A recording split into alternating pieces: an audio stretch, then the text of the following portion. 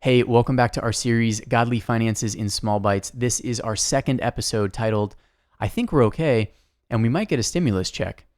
You know, just that thinking right there reveals a really dangerous attitude that we can have about thinking we know what comes in the future.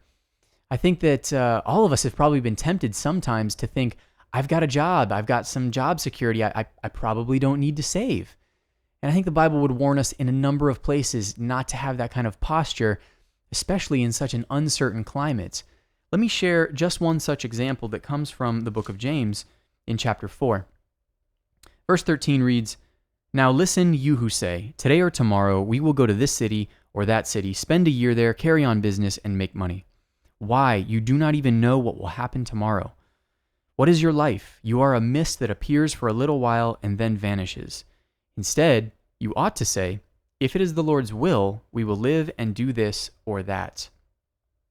And I think that that's the crux of the matter, is that when we think that we're in control of the future, we're really taking a step into God's shoes.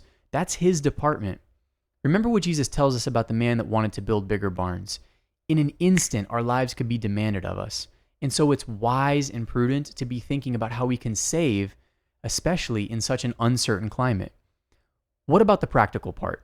Well, think about the person that goes to the gym.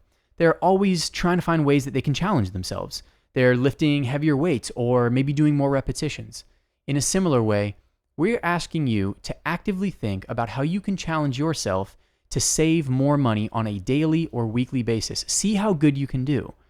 Maybe you can even get your food costs down to just a couple bucks a day.